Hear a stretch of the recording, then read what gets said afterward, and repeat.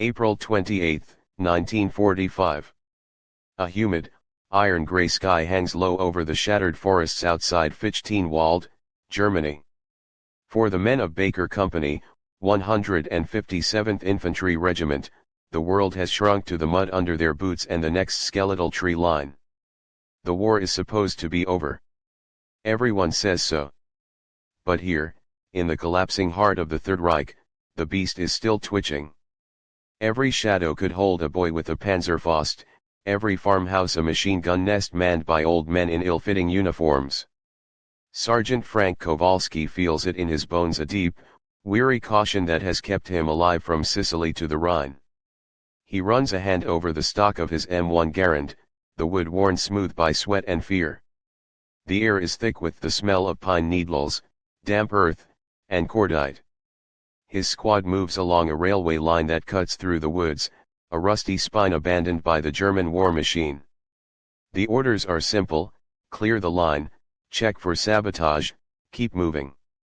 Beside him, Private Jimmy O'Connell, barely 19 and still trying to grow a mustache, scans the trees with the nervous energy of a stray dog. He's a replacement, his face still clean of the permanent exhaustion that marks the veterans. He sees threats everywhere. Kowalski sees only a long, miserable walk. Keep your eyes peeled, kid, Kowalski mutters, his voice a low gravel. They get desperate at the end. O'Connell just nods, his knuckles white on his rifle. They pass a signal box with its windows blown out, then a pile of splintered railway ties, a partisan's aborted effort or a stray artillery shell. It's impossible to tell. The war is a museum of unexplained destruction. Up ahead, Lieutenant Miller raises a hand, his fist clenched. The signal to halt. The men drop into a crouch, weapons coming up, the metallic clicks echoing softly in the woods.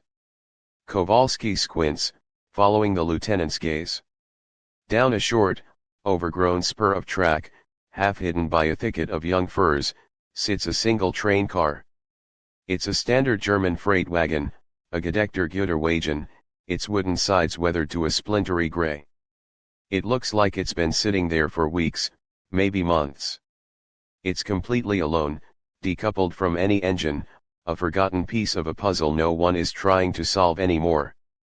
But nothing is ever just forgotten in a war zone. Captain Davis comes up the line, his movements economical and quiet. He studies the lone car through his binoculars. "See anything, Frank?" he asks, his voice low. Kowalski shakes his head. "No markings I can see, Captain. No guards. No tracks around it, not fresh ones anyway. Just sits there." The silence around the boxcar is what's unnerving. It's too quiet. Even the birds seem to avoid this small clearing. A faint, unpleasant smell drifts on the breeze, something vaguely chemical and organic at the same time. The men wrinkle their noses. "Probably full of rotten cabbages," someone whispers. "Or kraut bodies," another answers. Captain Davis lowers his binoculars. "Could be ammo. Could be medical supplies. Could be booby-trapped." He turns to Kowalski. "Take O'Connell and Poplar. Go check it out." Cautiously, the three men move forward, fanning out, their rifles sweeping the silent woods. Every snap twig under their boots sounds like a gunshot. As they get closer, the smell gets stronger. It's not cabbage. And it's not the simple, coppery smell of death they've become so accustomed to. This is something else. Something foul and clinging. It's the smell of sickness, of filth, of decay that has taken its time. O'Connell puts a sleeve over his nose and mouth. Kowalski forces himself to breathe through it, to analyze it. You learn to read the air in this war. This air is telling him something is deeply wrong. They reach the car. Faded white stenciling is barely visible on the wood. A faded Reichsadler, the eagle clutching a swastika, is peeling away. The main door is shut tight, a heavy iron bolt slid across and secured with a thick pin. It's been sealed from the outside. Kowalski examines the lock. It's rusted solid. It's not trapped, I don't think, he says, his voice a low murmur. This thing was locked and left. He puts his shoulder to the door and pushes. Nothing. It's as solid as a wall. Give me a hand, he grunts to the others. Together, the three of them put their weight against the splintered wood. It doesn't budge. Kowalski finds a discarded piece of railway iron and wedges it into the latch mechanism as a lever. Okay. On 3. 1, 2, 3. They heave, muscles straining, the metal bar groaning in protest. The rusted pin shrieks. O'Connell grunts with effort, his face red. With a final, violent crack, the bolt snaps. The heavy door slides a few inches on its track with a scream of tortured metal. A wave of concentrated stench, thick and hot and suffocating, billows out of the darkness and washes over them. It's a physical force. It strikes them in the face, fills their lungs, and makes their stomachs turn to water. The smell hits Jimmy O'Connell like a fist to the gut. He stumbles back, gagging, dropping to one knee as his breakfast threatens to rise. He's smelled death before, the sweet, cloying odor of bodies lying in the sun for days. But this is different. This is the smell of a sealed-up tomb where the occupants weren't dead when the door was closed. It is the smell of human waste, of disease, of breath stagnant with starvation. It is the smell of utter hopelessness, weaponized by confinement. Sergeant Kowalski stands his ground, his face a grim mask, though his eyes water and every instinct screams at him to run. He's a Chicago boy, raised near the stockyards. He thought he knew every bad smell the world could produce. He was wrong. Jesus, Sarge, what is that? O'Connell chokes out, wiping his mouth with the back of his hand. Kowalski doesn't answer. He forces himself to take a shallow breath, then another. He has to know what's inside. His duty as a sergeant, his grim curiosity as a survivor, demands it. He grabs the edge of the heavy wooden door, his fingers finding purchase on the splintered planks, and pulls. The door resists, scraping and groaning along its rusty track. With a final, shuddering heave, he wrenches it open another 3 feet. A perfect, sharp-edged rectangle of daylight slices into the profound blackness within. For a moment, all he sees is a chaotic mess. A mound of something in the center of the car. It looks like discarded rags, filthy blankets, bundles of faded gray cloth piled in a heap. The floor is slick and dark with unspeakable filth. The air inside the car is so thick, so foul, that it seems to shimmer in the sudden light. He squints, trying to make sense of the shapes. His mind defaults to the familiar horrors of war. A pile of bodies, then. A massacre. Perhaps SS troops executing political prisoners before they fled. It's a sight he has seen before, a horror his brain is equipped, however reluctantly, to process. He raises his M1, expecting a threat, a survivor with a pistol, a trap. But there is only silence. A deep, profound, and absolute silence that is somehow more terrifying than any sound. Then, a flicker of movement. In the beam of sunlight cutting across the floor, a hand twitches. It's not the convulsive jerk of a corpse. It is a slow, deliberate, impossibly weak movement. The hand is a skeleton's, wrapped in pale, translucent skin, the fingers long and thin as twigs. Kowalski's breath catches in his throat. His eyes, slowly adjusting to the gloom, begin to separate the pile of rags into individual forms. He sees a shoulder. A sharply angled hip bone. The hollow of a throat. And then, a face. Turned towards the light, its eyes are wide open but unseeing, sunk deep into a skull-like visage. Matted blonde hair clings to the scalp. It is the face of a woman. His gaze sweeps across the car. They are all women. Lying entangled on the floor, some on their backs, some curled into fetal positions, they are a tapestry of human suffering. He can make out the tattered remnants of uniforms, the grey fabric of the Wehrmacht, the faint outline of an eagle on a sleeve. His mind struggles to compute the impossible reality before him. German soldiers. Women. Locked in a boxcar and left to die. Who would do this? Their own people? Why? The questions swarm his brain, but they are drowned out by the sheer, overwhelming pity and horror of the scene. These are not soldiers anymore. They are not the enemy. They are simply human beings at the very last flicker of existence. He lowers his rifle, the weapon suddenly feeling obscene and useless in his hands. He can see chests that rise and fall with agonizing slowness. One breath every 10 seconds. A living cemetery. Captain Davis is at his shoulder now, peering into the darkness. My God, he breathes, the words barely a whisper. The other men of the squad have gathered behind them, their usual cynical chatter gone, replaced by a stunned, horrified silence. They stare into the car as if gazing into the gates of a newly discovered circle of hell. No one moves. No one speaks.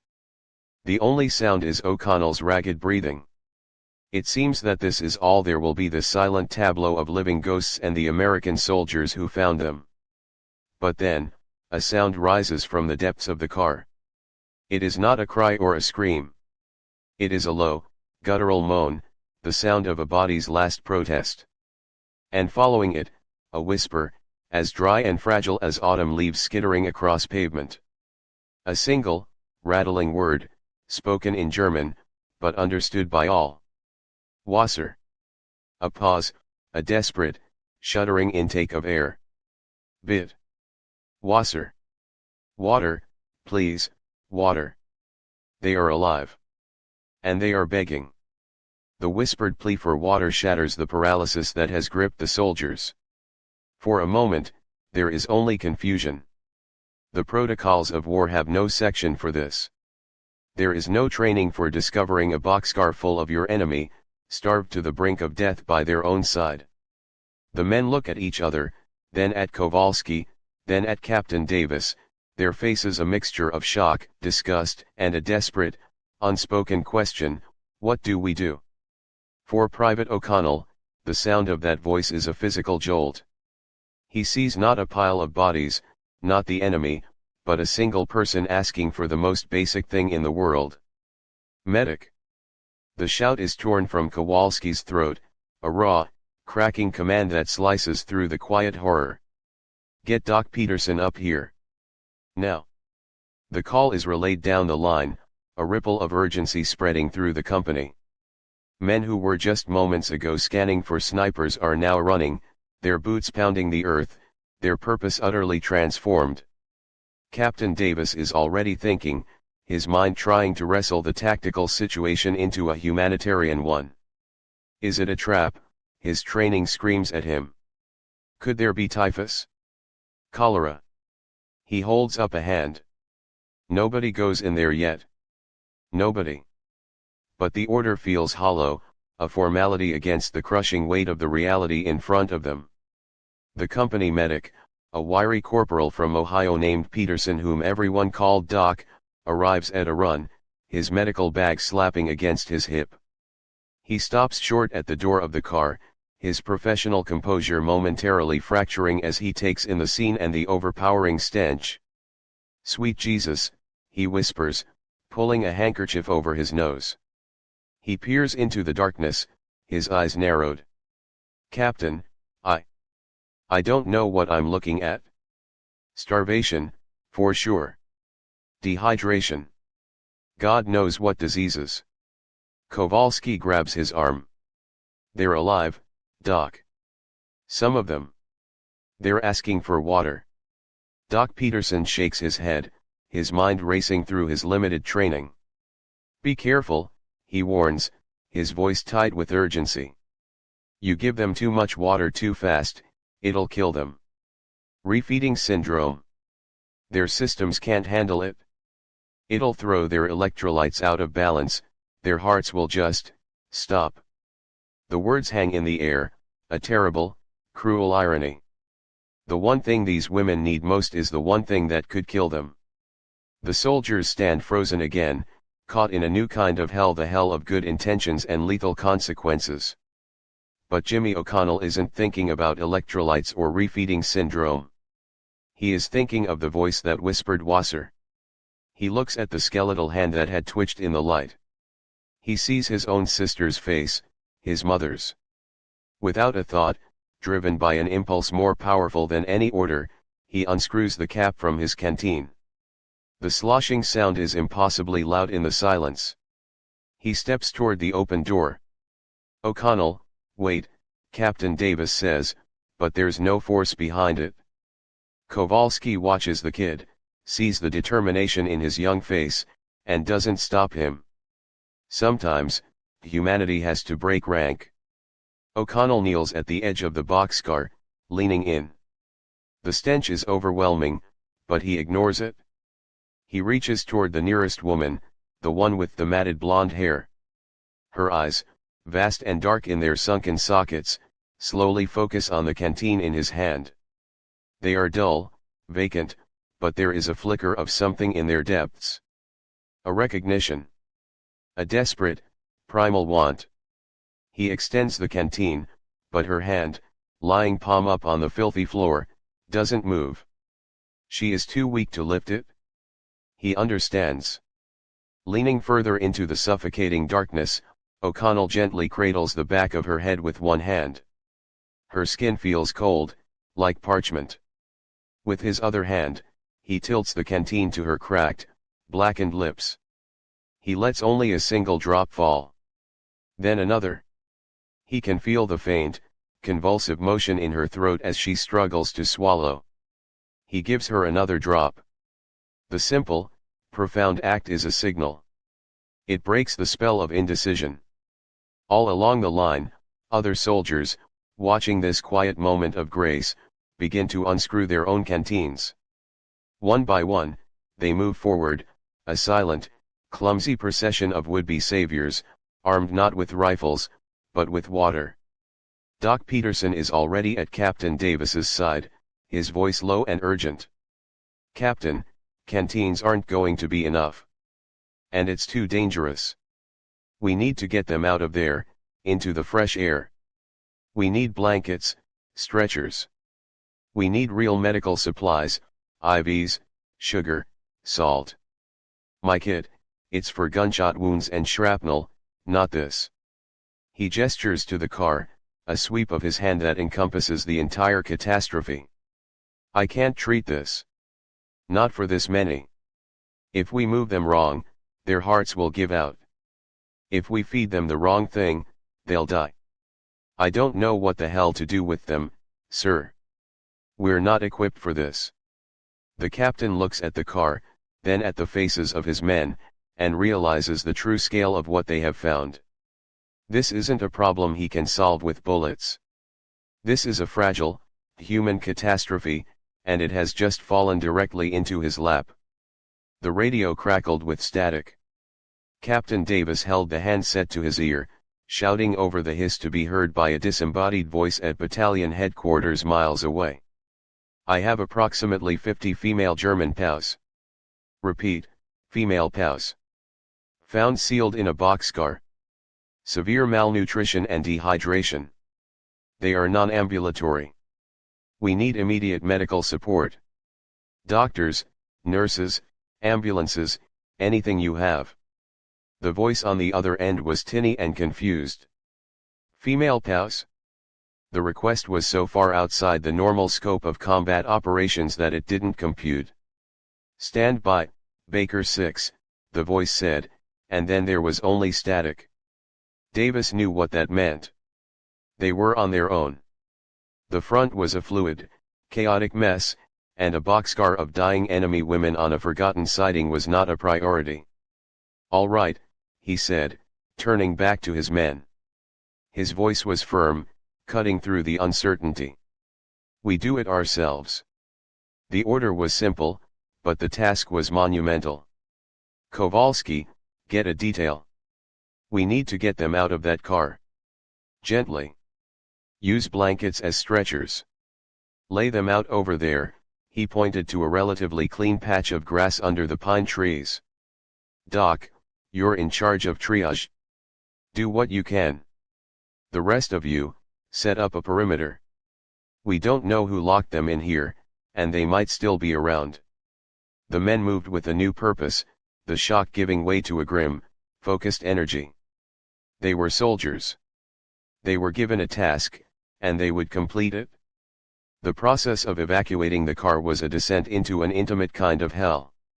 2 soldiers would enter the fetid darkness, their faces wrapped in handkerchiefs, and gently, carefully, lift one of the women. The weight was the most shocking thing. They weighed nothing.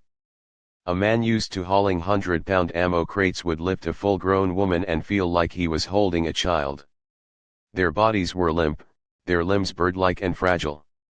The soldiers moved with a tenderness they didn't know they possessed, murmuring reassurances in English that the women couldn't possibly understand but perhaps felt in the gentleness of their touch. Easy now, gotcha, we'll get you out of here. Kowalski was one of the first inside. The stench was a wall he had to push through with every breath. He knelt beside a young woman, maybe in her early 20s, though starvation had aged her into a crone. He and another soldier, a big corporal from Texas named Miller, worked their arms under her back and knees. As he lifted her, her head lolled back, and her eyes fluttered open. They were a startling, clear blue, a flash of life in the gray mask of her face. She stared at him, not with fear, but with a profound, soul-deep weariness.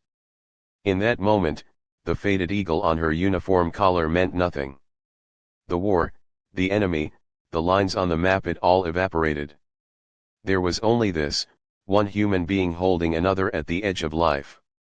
They laid the women out in rows on the grass, on army blankets and ponchos. In the open air, the full extent of their condition was starkly visible. Their skin, stretched taut over their bones, was covered in sores. Their uniforms were shredded and caked with filth.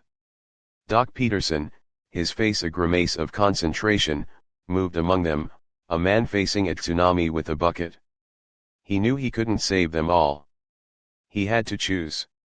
He triaged not for who was most likely to live, but for who was closest to death, hoping to pull them back from the brink. He improvised, dissolving the sugar packets from K-ration packs into canteens of water. Spoonfuls only, he commanded the men who gathered to help. Just wet their lips. A tiny bit at a time. That's all. Go slow. Private O'Connell found his calling. The horror that had paralyzed him was replaced by a singular focus. He knelt by one woman, then another, his young face etched with a seriousness that hadn't been there that morning. He held a canteen cup of the sugar water and dipped a spoon into it, bringing the metal to their lips with a steady hand. Here you go, he'd whisper. Just a little. That's it. He learned to watch their throats for the tiny, spastic motion of swallowing. He learned to ignore the filth, the smell, the skeletal forms, and to see only the person in front of him. He was no longer a soldier. He was a keeper of a fragile flame, coaxing it back from the darkness, one spoonful at a time. The clearing became a silent, makeshift hospital, a bizarre island of desperate compassion in a sea of war. The afternoon wore on. The sun broke through the clouds, dappling the forest floor with light. For a brief moment, there was a strange peace, the only sounds being the quiet murmurs of the soldiers and the labored breathing of the women. Then, another sound intruded. The angry growl of a jeep engine, coming fast. A Willis MB bounced to a halt at the edge of the clearing. A young corporal, a runner from battalion headquarters, jumped out, a message slip in his hand. He looked around at the surreal scene, his eyes wide. Captain Davis, he asked, his voice uncertain. Davis met him halfway. What is it, Corporal? The runner handed him the slip. New orders, sir. Intel reports a pocket of SS holdouts dug in at a crossroads 3 clicks north of here. Battalion wants them cleared out. Immediately. Your company has the assignment. Captain Davis read the message, his jaw tightening.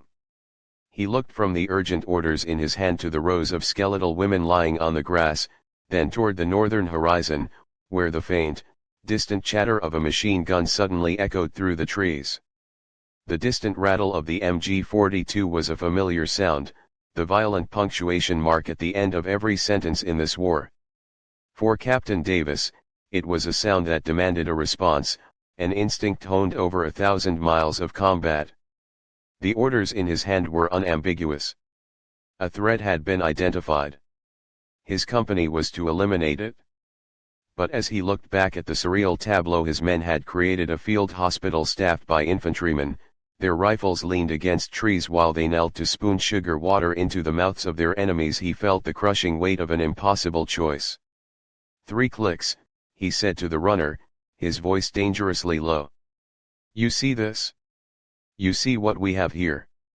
The young corporal swallowed hard, his gaze flitting from the captain's cold eyes to the rows of emaciated women. Sir, my orders are just to deliver the message. They said it was urgent. It's a key supply route. Davis crumpled the paper in his fist. To leave now would be a death sentence for every woman in this clearing. Doc Peterson and a handful of men could never manage this alone. But to disobey a direct combat order, especially with SS troops actively engaging friendly forces, was unthinkable. It was dereliction of duty. It could mean a court-martial. Sergeant Kowalski watched the exchange, his stomach in a knot. He and every other man in Baker Company knew what was at stake. They had spent the last hour not as soldiers, but as something else. They had touched the face of this raw, naked humanity, and it had changed the texture of the day, the texture of the war. To be ordered to abandon it now felt like a profound betrayal, not of the women, but of the piece of themselves they had just rediscovered. They waited for their captain's decision. Davis walked away from the runner, pacing a short line in the dirt. He was a good officer because he was a pragmatist. He weighed risks, calculated odds. The risk of leaving was certain death for the women. The risk of staying, or of delaying, was that the SS troops would dig in further, maybe ambush the next American unit to come down that road. He couldn't abandon the women. And he couldn't ignore the order.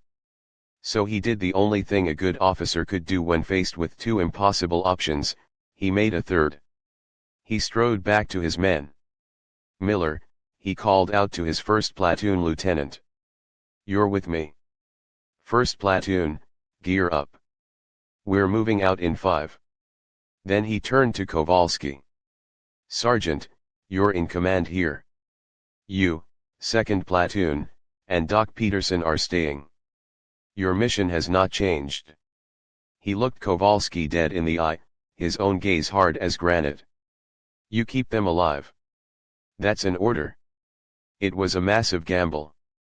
He was splitting his force in the face of an unknown enemy's strength, a cardinal sin of infantry tactics. But it was the only way.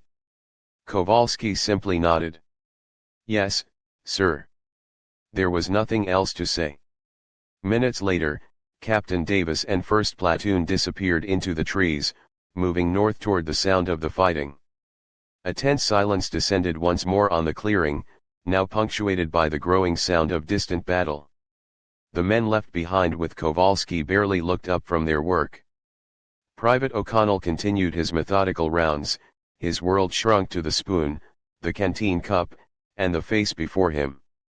The war had become an abstraction, a faint, angry noise on the horizon. The reality was here, on the grass, in the fragile pulse he could feel in a woman's wrist. The sun began its slow descent, painting the sky in hues of orange and purple. The gunfire to the north intensified, then sputtered, and finally, blessedly, went silent. Just as dusk began to settle in the woods, a new sound emerged from the south, the rumble of heavier engines. 2 GMC ambulances, their red crosses stark against the olive-drab paint, rolled into the clearing, followed by a jeep carrying a medical officer. Captain Davis's frantic radio calls had finally broken through the bureaucracy of the war. Real help had arrived. As trained medics and nurses took over with plasma drips and proper equipment, the men of 2nd Platoon slowly stepped back. They were relieved of their duty, their strange and terrible task complete. They were infantrymen again.